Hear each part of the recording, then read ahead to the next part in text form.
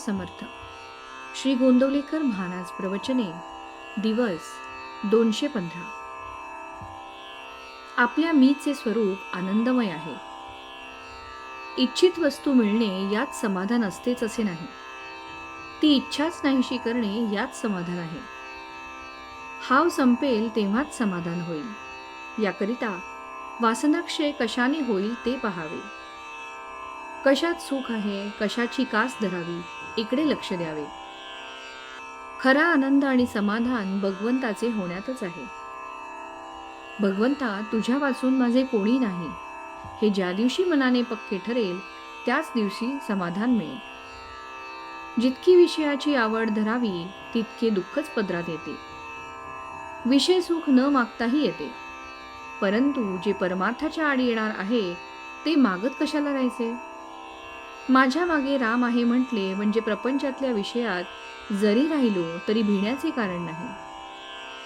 भगवंताचा आधार कायम ठेवला की मग विषयांची भीती नाही वाटत. नेहमी अनुसंधानात राहिले म्हणजे मग सावधच राहिल्यासारखे आहे. दिवाळी हा आनंदाचा दिवस असतो, पण दिवाळीचा दिवस हा इतर दिवसांसारखाच असतो. इतकेच नव्हे तर आदल्या दिवसाची परिस्थिती, संकटे आणि अडचणी त्या दिवशीही कायम असतात. याचा अर्थ असा की परिस्थितीत बदल होत नाही. दिवाळीचा दिवस हा दिवस या नात्याने निराळा नाही, पण काल आपण जे केले ते दिवाळीच्या दिवशी आपण करीत नाही. हाच मुख्य फरक होय.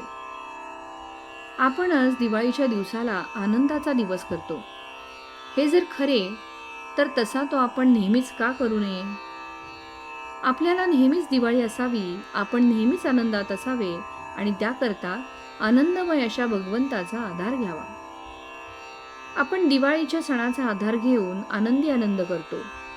मग आनंद जो निर्माण करतो त्या भगवंताच्याच आश्रयाला नेहमी का न जावे. भगवंताचा आनंद हा फार बलवत्तर आहे.